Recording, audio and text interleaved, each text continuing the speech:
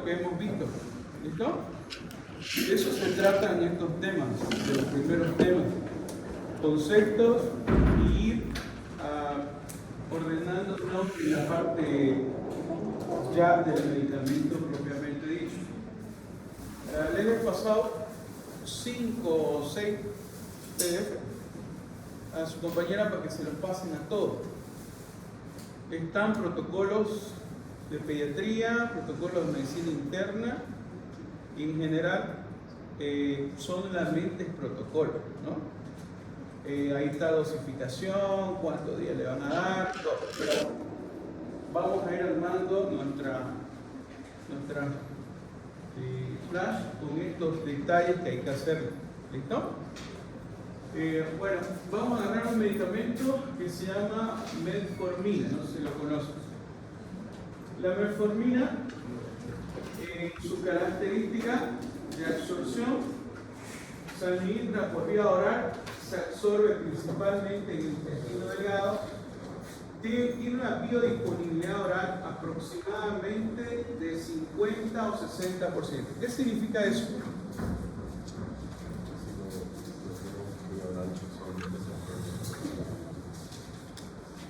¿Qué es biodisponibilidad? Muy bien.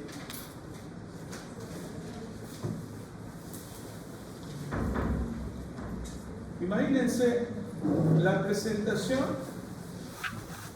no sé si ustedes conocen la metformina, pero la presentación depende del laboratorio y todo eso, ¿no? Pero vamos a hacer una de 850, ¿no? De 850 vamos a tener biodisponibilidad un 50 o 60% por vía oral. O sea que no la vamos a tener el 100% en plasma sanguíneo. ¿Por qué? Porque es una molécula, ¿no?, que se absorbe, que va por diferentes tipos de órganos, ¿no? Hace el efecto del primer paso, aunque su metabolismo entra como metformina y sale como metformina, no hay biotransformación hepática, pero sí hay una disminución de su absorción por la vía oral, ¿no? Nos dice, la presencia de alimentos puede retrasar o reducir ligeramente su absorción, pero no afecta su eficacia clínica. Eso quiere decir, ¿no?, aunque se atrase la absorción, vamos a tener un efecto clínico eficaz, ¿no?, con las concentraciones adecuadas en las características de absorción. Nos dicen que la concentración plasmática máxima está en 2 a 3 horas después de la administración. O sea, la vamos a tener en plasma en sus concentraciones máximas de 2 a 3 horas. Y vamos a ir, siempre dicen, no sé si alguien de su familiar toma metformina, pero siempre las personas la toman con alimentos, ¿no? Después de las comidas dicen, ¿no? Bueno, aquí nos da un dato, ¿no?, que la alimentación puede tardar la absorción, pero no su eficacia clínica.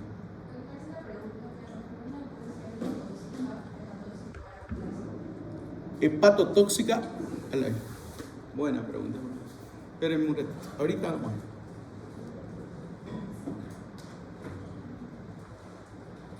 ¿Cuál es la distribución? La distribución está relacionada, tiene amplia distribución, pero no se une a las proteínas. Este es un dato interesante. Su volumen de distribución es alto, lo que indica que su distribución es por todos los tejidos. Hay algo interesante que dice, ¿no? No atraviesa la barrera hematoencefálica en cantidades significativas. Se concentra principalmente en el hígado, en el riñón y en el músculo esquelético, donde ejerce su efecto antidiabético. La metformina, en su distribución, tiene una excelente distribución, pero nos dice, ¿no? Atraviesa la barrera hematoencefálica, pero no en concentraciones altas, muy bajas, ¿no? Nos dice otro dato, ¿no? No se une a las proteínas plasmáticas. Este es un dato para las personas que tienen problemas de desnutrición, por ejemplo, ¿no? Donde las proteínas no son suficientes, ¿no? Entonces es un medicamento bien tolerado para los pacientes con desnutrición, porque las proteínas están bajas. Metabolismo. Ahí. Metabolismo, la metformina no se metaboliza en el hígado, ni por el sistema citocromo P450. Esto es una ventaja, ya que reduce los riesgos de interacción farmacológicamente hablando, con metabolismo hepático. Se excreta en forma inalterada, sin cambios químicos en orina. La pregunta es, si no tiene metabolismo a nivel hepático, ¿no? Doctor, ¿la metformina puede producir hepatotoxicidad a largo plazo? Porque no se toma una semana, por supuesto. La respuesta es no. No tiene actividad a nivel hepática. No tiene. Ella pasa por ahí, por la circulación enterohepática solamente. No se transforma metabólicamente. ¿Y tiene interacción farmacológica? Tampoco. ¿Por qué? Porque no hay igual uso del citocromo P450. O sea, las interacciones pueden ser por inductores o inhibidores. Como vimos la clase cabalmente de esta clase de farmacocinética, ¿no? Es una buena pregunta. En pacientes con hepatotoxicidad, hepatitis o un problema hepático, insuficiencia hepática crónica, ¿se le debe descontinuar la metformina o no? No, ¿y para qué? Ahora, si hay una lesión, ya vamos a ver esto, la eliminación. Vámonos por acá.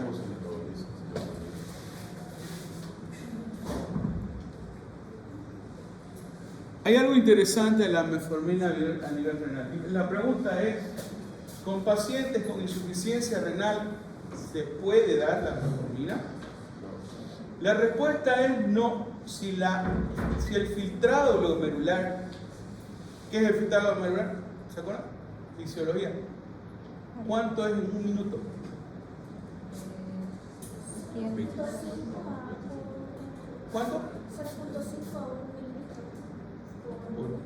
¿Por kilogramo o por qué me está hablando? ¿Cuánto es el filtrado glomerular en un minuto? La anterior clase hablamos sobre eso. ¿Se acuerdan? 120 ml en minuto, creo. ¿No ves? Imagínense, a ver, nos dice, la metformina se elimina principalmente por vía renal a través de filtración glomerular y secreción. Es 125. 125, muy bien. En pacientes con insuficiencia renal, la eliminación de la metformina se ve comprometida, lo que puede llevar a una acumulación y alto riesgo de efectos adversos de acidosis láctica.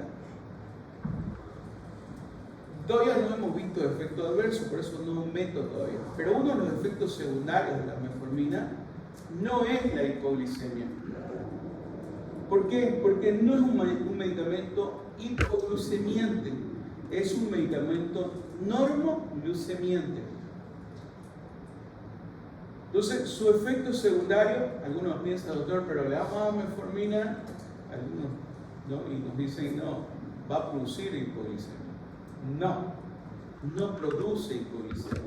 Es un normoglicemiante. Su efecto secundario, el que más se habla, es de la acidosis láctica.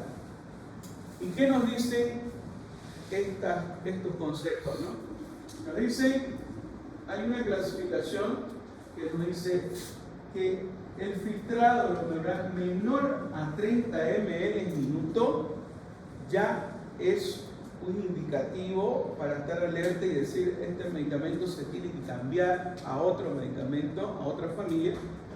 ¿Por qué? Porque puede producir esta reacción. ¿Por qué puede producir esta reacción o efecto secundario? Porque vamos a llegar a la línea concentración máxima que puede producir toxicidad al aumentar el plasma esta molécula farmacológica. ¿Ok? Entonces, hay una consideración de clínica que podemos ver acá.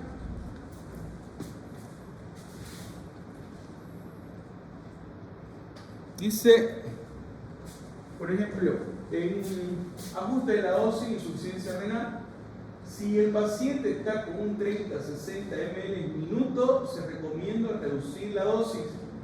Nos dice, podemos reducir a la mitad de la dosis. ¿Ok? Y tenemos una interacción farmacológica, pero la interacción farmacológica está relacionada con el efecto secundario, como la formación de ácido láctico, ¿no? Y nos dice, los AINE, los diuréticos pueden aumentar el riesgo de toxicidad por metformina. El uso concomitante con contraste iodado puede aumentar la acidosis láctica, por lo que se recomienda suspender la metformina cuando se está haciendo el estudio. Pero vemos que no tiene interacción, pero sí vemos que medicamentos que pueden aumentar el ácido láctico están relacionados. A ver, otra forma yo pondría aquí el alcohol, ¿no? El alcohol produce un aumento de ácido láctico, lo mismo. Hay que tener en cuenta que su efecto secundario de la metformina es ese. Y entonces vamos a tener que tener cuidado con medicamentos que puedan producir el aumento de ácido láctico. Doctor, y en caso de, por ejemplo, hay pacientes que justo tienen diabetes y que a su vez tienen anemia, ¿a ellos cómo les afectaría esto? Nada. No tiene nada, ¿por qué? Porque no tiene ninguna interacción en la parte de los eritrocitos, glóbulos rojos. No tiene ninguna interacción con alguna, pero sí con las proteínas tampoco, ¿no? Hemos visto que no se unen, no es clínicamente, podemos decir, un objetivo de nosotros conocer. Sabemos que no tiene una capacidad clínica de producir una unión aún clínicamente aceptable como nos afectaría, ¿no? Pero no pasa nada. ¿Por qué? A ver, ¿por qué? No, es que yo decía, por ejemplo, Siempre hay un por qué. los pacientes que tienen anemia, ¿no les afectaría más a ellos tener justo más ácidos en la sangre y esto no podría empeorar su anemia? Una complicación de la anemia Claro. está relacionada con acidosis láctica. ¿Cuál? ¿Se me ocurrió nada más? Ya. Vamos a seguir. Está bien, tu buena observación. Buena observación. Entonces, miren acá algo interesante. Los efectos adversos, los más comunes gastrointestinales, náusea, diarrea, dolor abdominal, que suelen ser leves. Y me dicen, doctor, me comencé la metformina y comencé a tener diarrea. Es parte de los efectos secundarios, pero es un efecto secundario cortito que pasa a los 2-3 días de utilización de la metformina. Dijo que no era hipoglucemia. Sí, no es hipoglucemia, es normoglucemia. Pero si la glucemia está alta o baja, la normalizas. La normalización. Pero si está baja, la sube. No, si está baja, o sea, se supone que la utilizas como para disminuir o controlar la glicemia, ¿no? Ese es su objetivo. El objetivo es, en realidad, de la metformina, ¿no? Que la glucosa entre a la célula, no que desaparezca la glicemia, ¿no? Sino que normalice uno y me dirá, si está baja le puedo dar. Si está tomando su metformina, por supuesto, el efecto secundario no va a ser hipoglicemia, como otros medicamentos que tienen estas características.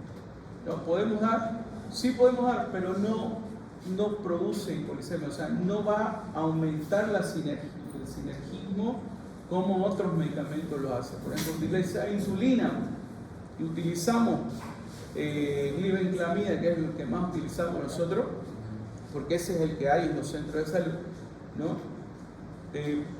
Sí tiene ese efecto. No se puede dar glibenclamida con insulina porque lo vamos a mandar al otro lado al paciente. con procesos hipoglicemiales. Pero esta no. Esta no tiene esa característica, no produce hipoglicemia. Y algunos médicos se asustan, ¿no? Y le dice uno, no, doctor, este es normoglicemiante, no va a bajar la glicemia. O sea, no produce hipoglicemia, en otras palabras. Y cuando se utiliza con porque siempre se utilizan 2 o 3 medicamentos, no se utiliza uno, pero en caso de utilizarlos no produce ese efecto. Pero ahora si lo utilizamos con glibenclamida, por ejemplo, sí. La glibenclamida es un hipoglicemiante. O sea, sí o sí te va a llevar a bajar el azúcar directamente. Pero como este es solamente un ejemplo que les doy, la importancia de conocer la farmacocinética, la absorción, la distribución, ¿se nos hace más práctico utilizar un medicamento o no? Se nos hace más fácil utilizarlos y con mayor seguridad, porque esto te da seguridad al momento de prescribir un medicamento. Entonces la importancia de farmacocinética está relacionada con eso.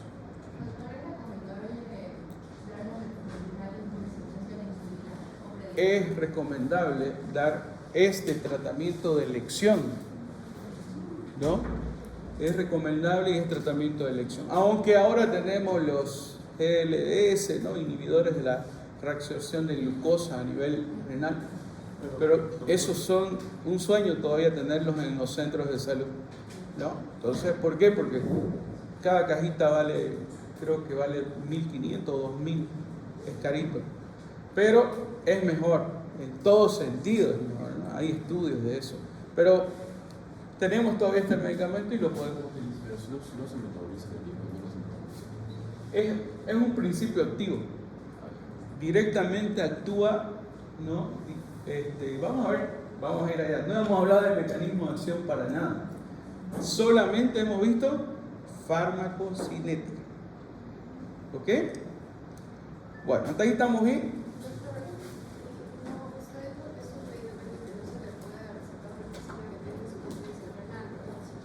Cuando el filtrado glomerular está abajo de 30 ml. ¿Sí? Cuando no está abajo de 30 ml, no puede acelerar Sí. el proceso de llegar a una insuficiencia renal, ya que los pacientes diabéticos siempre van a tener problemas renales. Sí, resulta, bueno, es una pregunta también bonita. Los pacientes van a llegar a una insuficiencia renal. Todos los que tienen diabetes, por supuesto, ¿no? Van evolucionando. Ahora, que no hace daño al riñón. ¿Vamos a entender? Lo que hace es aumentar las concentraciones y puede producir acidosis láctica. O sea, no estamos hablando de una aceleración de la insuficiencia renal si la tomamos, ¿no? Sino estamos hablando de un efecto secundario que nos puede producir por esa falla en la eliminación de esa molécula, que es muy diferente. Esa es una buena pregunta porque hasta nosotros los médicos, ¿no? Nosotros cuando estamos trabajando decimos, doctor, este medicamento puede hacer, si yo tengo una insuficiencia renal ya comenzando, este medicamento puede ser nefrotóxico, es la pregunta. A eso va, ¿no? No.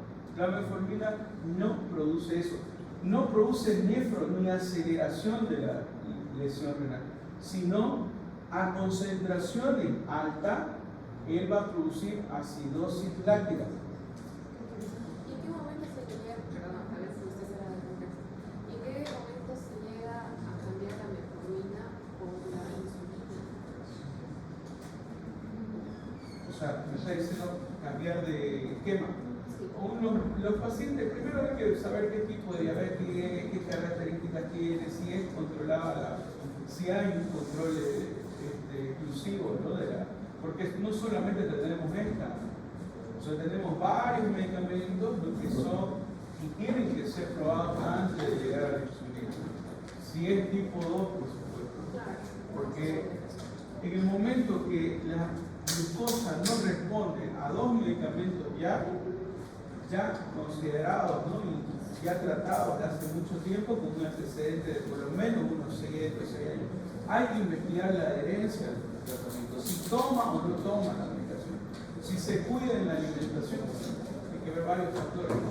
Pero en el momento que las moléculas no funcionan, que las glicemias comienzan a ser mayores a 250, a 300, constantemente, y no hay una adherencia, hay que cambiar. Pero vamos viendo que hay un protocolo para eso. Pero en sí está dividido. Mira, doctor, tenemos un montonera de medicamentos que están relacionados. Pero hay pasos que se tienen que seguir, ¿no? Por ejemplo, si hay insuficiencia renal, comenzante de insuficiencia renal, bueno, eso tiene que dar un protector renal. Entonces damos, por ejemplo, se da el enalapril, un inhibidor de la enzima convertidora, que va a disminuir la eliminación de proteínas, ¿no? Pero bueno, eso es un tema que vamos a ver más adelante.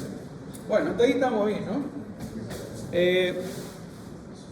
Vamos a comenzar entonces farmacodinámica.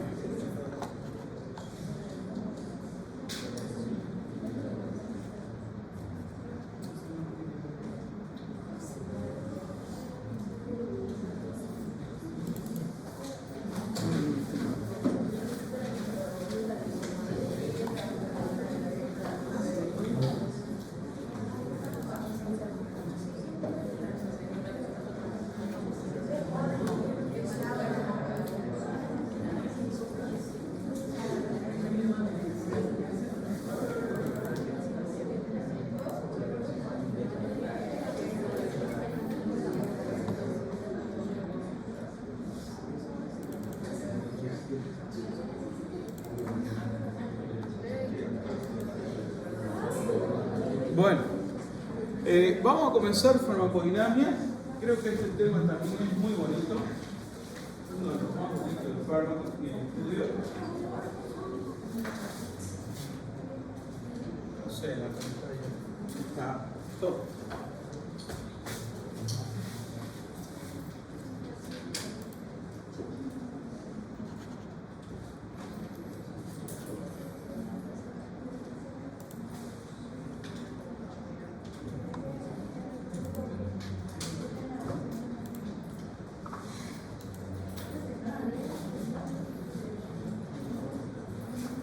Bueno,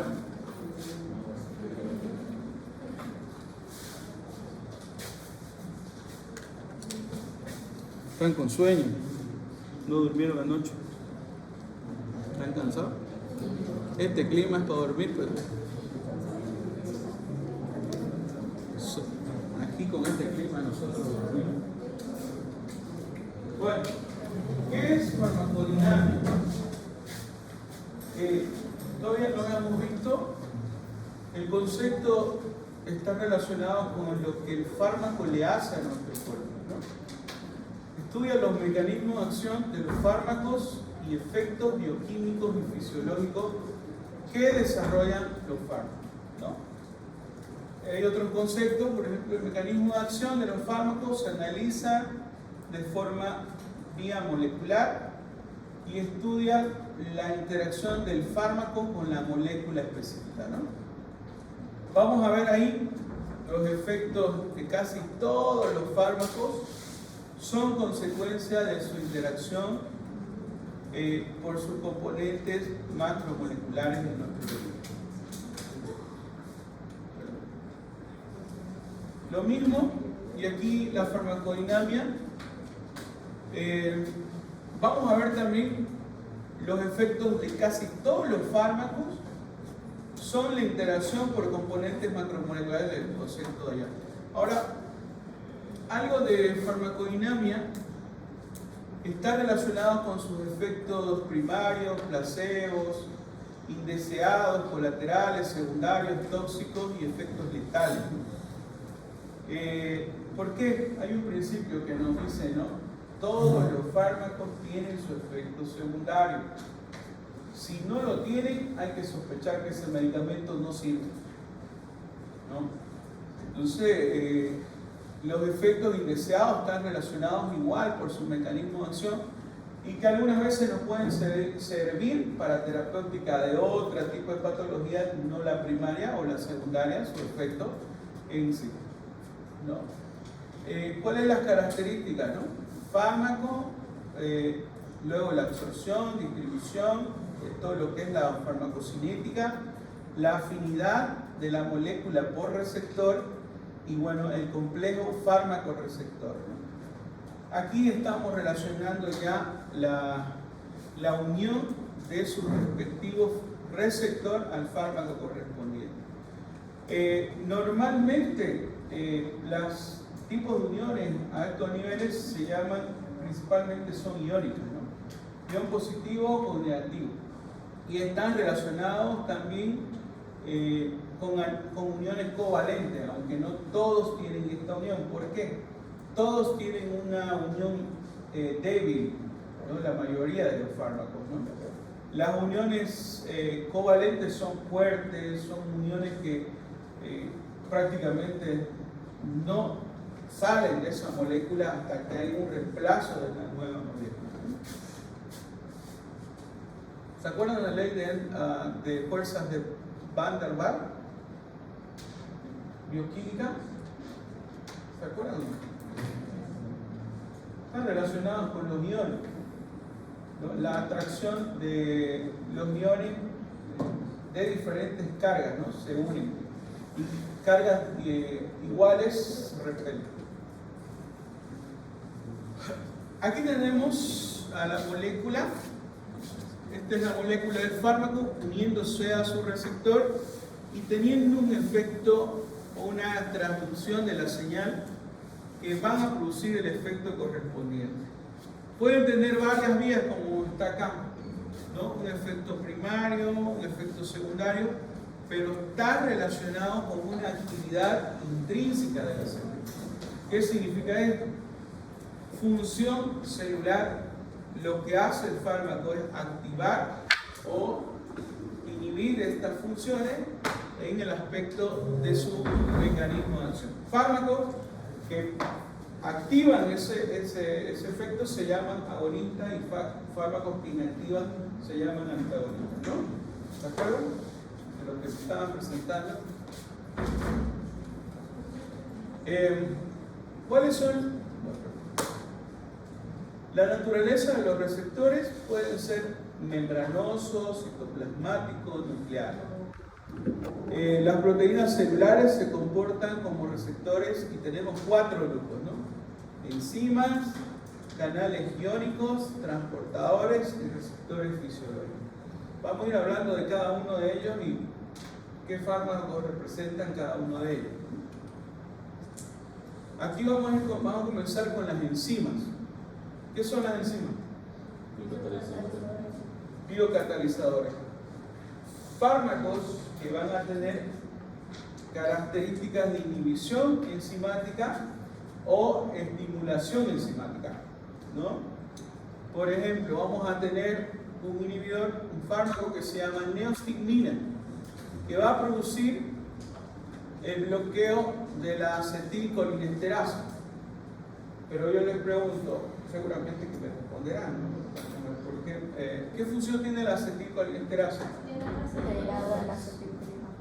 Si esta molécula degrada la acetilcolina, dos moléculas, ¿no? Acetato y colina, que vuelven al receptor presináptico. Si yo bloqueo esto, ¿cómo va a estar la acetilcolina? ¿Disminuida o aumentada?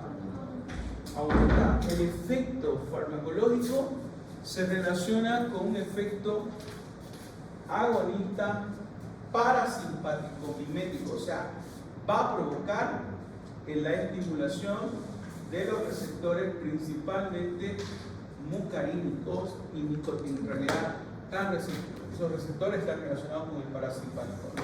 ¿Y cuáles son sus receptores parasimpáticos? ¿Se acuerdan? Hay preganglionares y postganglionares. Los preganglionares, todos, simpáticos y parasimpáticos, es acetilcolina.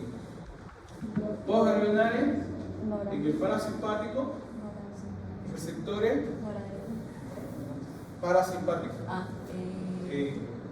Los preganglionares son nicotínicos, los postganglionares muscarínico, ¿no?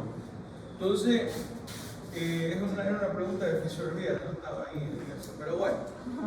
Este fármaco, la neostimina, va a provocar este efecto y nos va a servir, ¿no?, para aumentar la actividad parasimpática en sus respectivos receptores. Entonces, ¿me entendieron? Este es un mecanismo de acción. ¿Por qué este fármaco va a aumentar la acetilcolina? Porque va a inhibir una enzima que se llama la acetilcolinesterasa. ¿Dónde la encontramos en las estructuras sinápticas? ¿Dónde? En realidad es en el espacio, ¿no? Entre la membrana presináptica y postsináptica hay una que se llama hendidura sináptica. Vamos a encontrarla principalmente ahí y vamos a presentar principalmente la unión de los receptores a la acetilcolinesterasa. A ver, otro ejemplo de farmacodinamia es la aspirina, por ejemplo. En la aspirina se dice que inhibe la ciclooxigenasa. La pregunta es, ¿qué es la ciclooxigenasa? ¿Es un eicosanoide o no?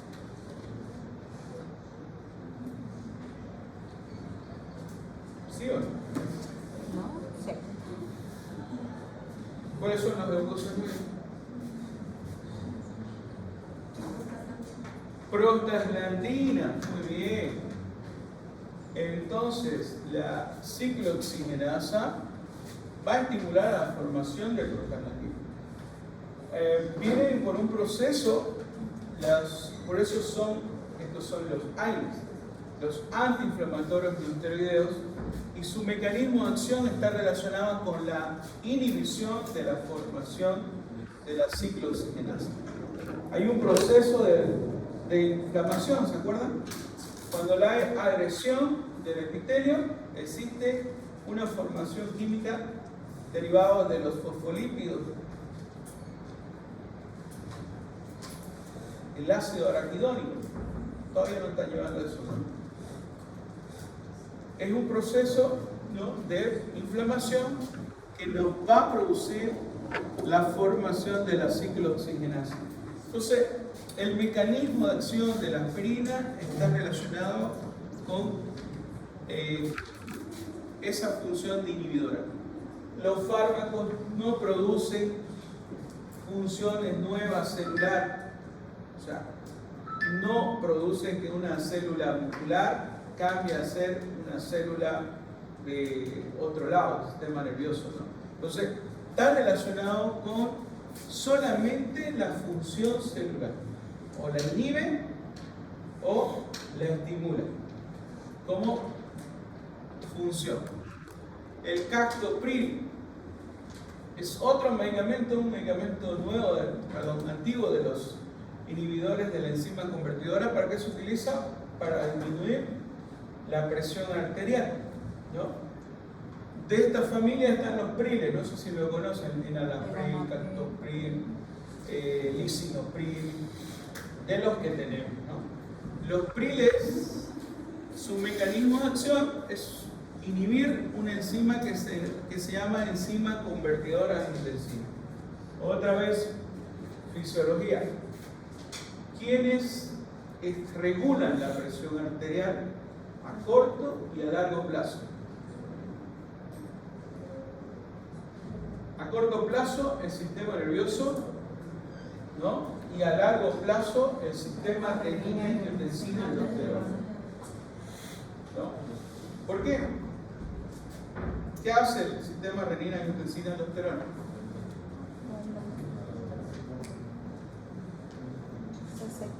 Aumenta la presión arterial. Hay vasoconstricción. Hay vasoconstricción. Va así, ¿no? Sí. Primero. Hable. No, diga, Hable. Si estamos para divertirnos aquí. Ya, doctor, te explica. Hable. No, explica, doctor. No, lo que dice su compañero está relacionado con el aumento de la presión arterial. Estimula la vasoconstricción de las arteriolas que entran al riñón, ¿no? Lo que hace son cambios de eliminación de líquido, de eliminación de sodio, bueno, está relacionado principalmente, no solamente por esta función. La aldosterona, ¿qué hace?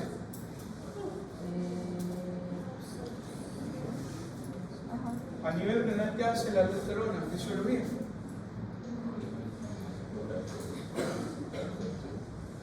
Tiene la función de absorber agua y sodio. ¿Lo ven? Entonces, cuando tenemos este medicamento y decimos tiene esta función inhibidor de la enzima convertidora en angiotensina, ya en nuestro mundo de fisiología ya está hablando de un control, ¿no?, de la presión arterial relacionada con esta molécula. Entonces, su mecanismo de acción del captopril es inhibir la enzima convertidora en angiotensina. Pero ¿cuál es su objetivo? Disminuir la formación de angiotensina 2, porque la angiotensina 1 se convierte en angiotensina 2 y la angiotensina 2, decíamos, su última función es el mejor vasoconstrictor que dice Guyton, ¿no?, en sus páginas de fisiología. Pero ya tenemos otra molécula que ha salido en investigación que es más potente todavía que la angiotensina 2. Pero no vamos a ir a ese detalle, después lo vamos a tocar. Otro medicamento, acetoazolamida, está relacionada con la anhidrasa carbónica y también como un antihipertensivo. Entonces, lovastatina, por ejemplo, está relacionada con un inhibidor enzimático también, ¿no?, de la HMG coenzima A reductasa. Esta molécula, ¿qué produce? O esta enzima. Yo les pregunto a ustedes de fisiología, farmacodinámica, bioquímica y fisiología al dedillo.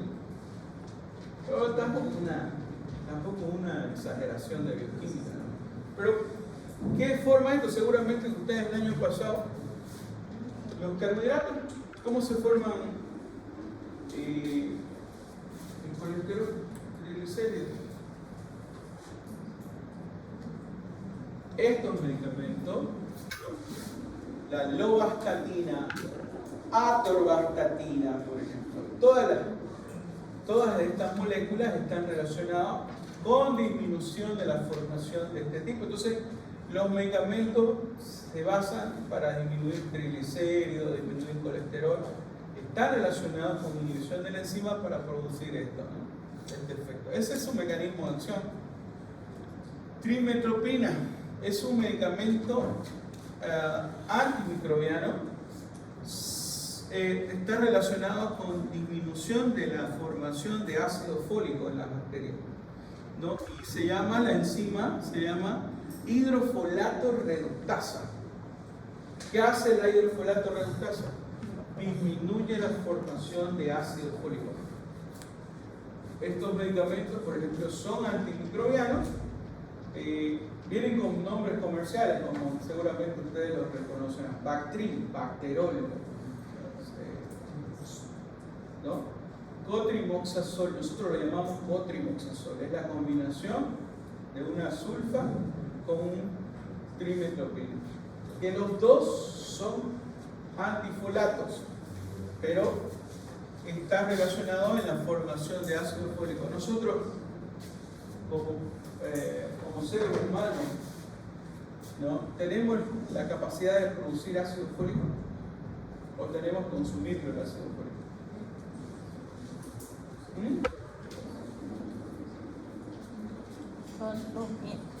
¿Qué dice? En bioquímica, cuando llevaron seguramente el ácido fólico, la formación del ácido fólico, seguramente que habrán visto que nosotros tenemos deficiencia de ácido fólico de producir, ¿no? Entonces, está relacionado con la alimentación, ¿no? Necesitamos que haya. Cuando tomamos estos medicamentos, por ejemplo, sí o sí tiene que haber ácido fólico en nuestro cuerpo. Tenemos que consumirlo, el ácido fólico. ¿Por qué? Porque tendríamos un efecto secundario del déficit de ácido fólico, que su compañera hablaba de anemia. tipo de anemia que se llama, por deficiencia de ácido fólico, ¿cómo se llama la anemia?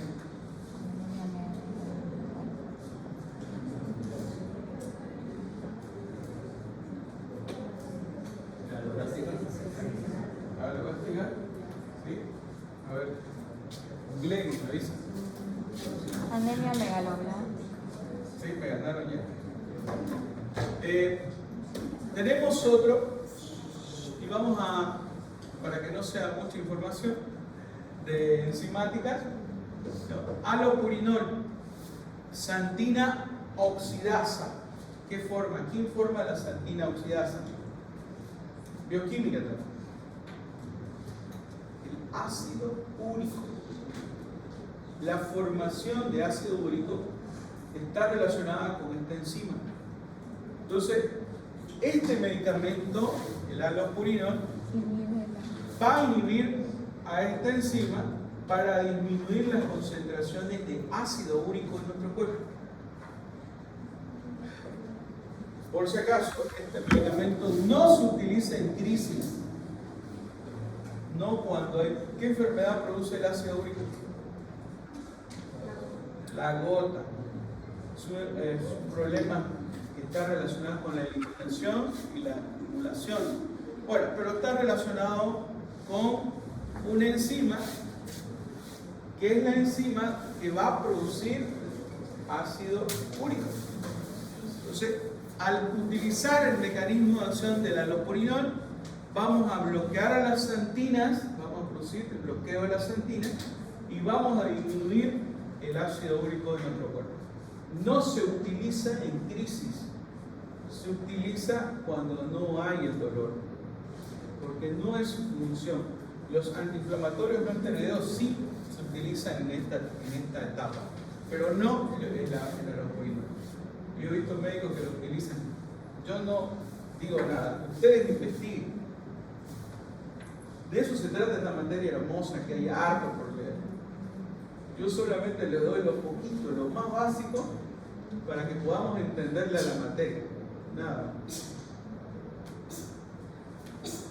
Bueno, tenemos otra molécula. Tenemos a la molécula la citobudina. Es un medicamento para antiviral. ¿No? Se utiliza la citobudina para pacientes con VIH. No sola, pero sí es un medicamento que va a producir inhibición de la transcriptasa inversa. Virus. Ayer estaba usando virus con unos chiquitos de 19 años. Y bien bonito lo que tiene en la parte biológica. Bien. Mecanismos de cómo el virus entra a la célula.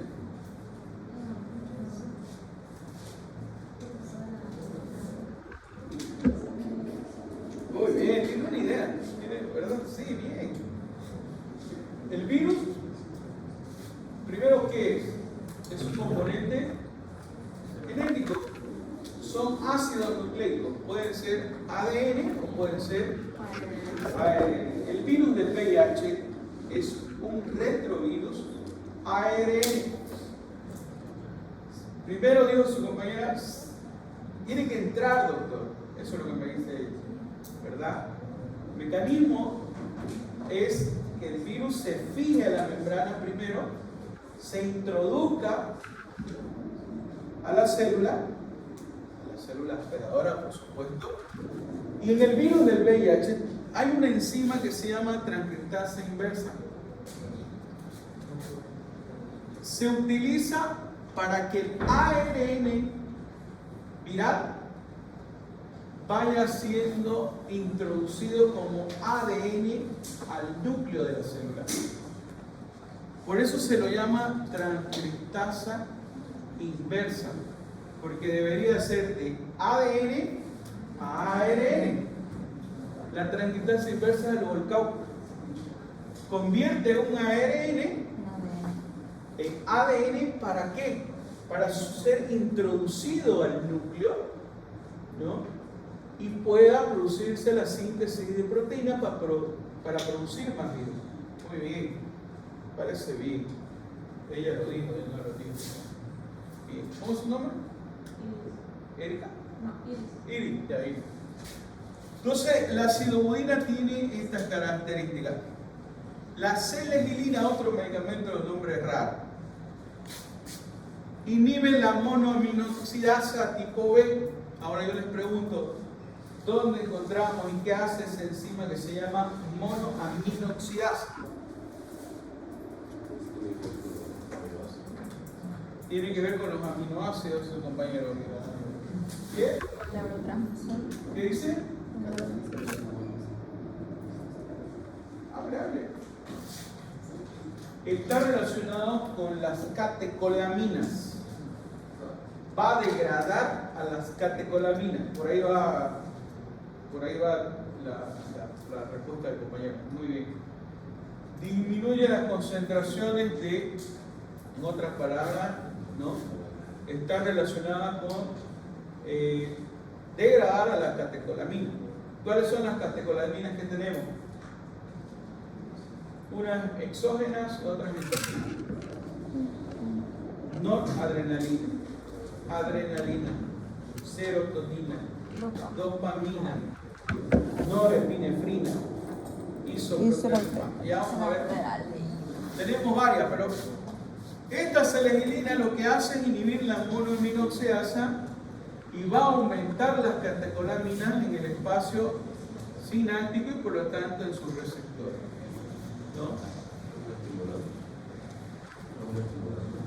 Eso, en realidad, bueno, hay algo que dice, ¿qué es estimulante? El estimulante está relacionado con aumento de la conducción eléctrica dentro del sistema nervioso.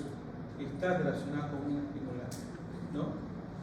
Todo estimulante, como su nombre lo indica, está relacionado con una actividad positiva dentro del sistema nervioso y de ahí el medicamento. Vamos a ver dónde podemos utilizar este tipo de medicamento. Un medicamento que eleve las catecolaminas.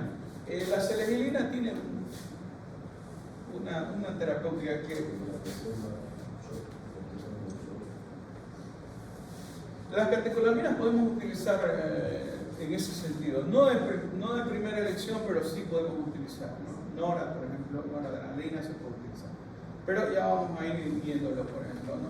Pero decimos, este medicamento va a inhibir las monoaminoxidasas, lo que va a producir aumento de las catecolaminas.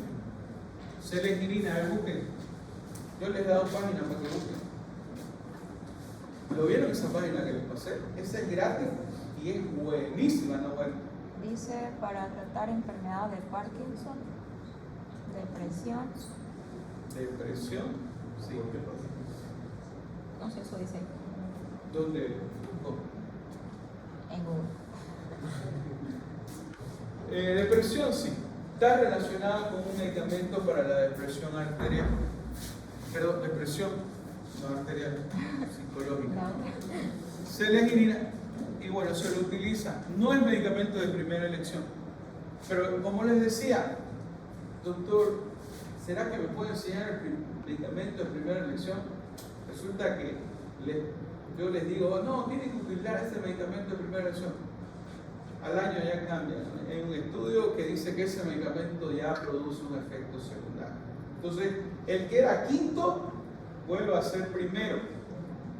Ese es el problema de los protocolos, ¿no? Ustedes tienen que actualizarse siempre en los protocolos. ¿Cómo se trataba una infección urinaria hace como unos 3, 4 años atrás? De pecho.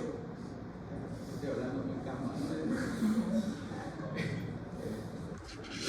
De primera elección, uno utilizaba ciprofloxacina, así.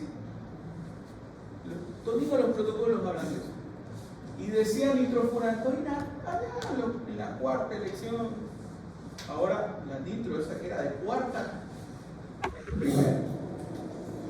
Entonces eso puede cambiar, eso de acuerdo a sus profesores, de dónde vienen sus escuelas. De repente, a mí me encanta leer libros, me dice el año pasado, usted los libros americanos y los libros europeos, nada, igual los leo, pero no, o sea, estamos más acostumbrados a ese sistema, ¿no? de lectura. Son buenos, pero por supuesto que son buenos, ¿no? Doctor Domínguez, entonces, sigamos. Las enzimas inhiben, la heparina va a producir también inhibición de la enzima de la cascada de coagulación. Es un medicamento que se utiliza principalmente, ese sería su mecanismo, pero vemos la cascada de coagulación y nos da miedo, ¿no? Intrínseca, extrínseca, bueno, las características de cada uno. ¿No? Pero en sí o sí tenemos que conocer los mecanismos de acción en este tipo de situación. La heparina, entonces, chicos, esto es un ejemplo solamente de los fármacos que inhiben las enzimas. ¿Hasta ahí estamos bien? ¿Sí? Ya, vamos a seguir. Creo que se colgó. ¿Es hora? No, mentiroso. ¿De verdad?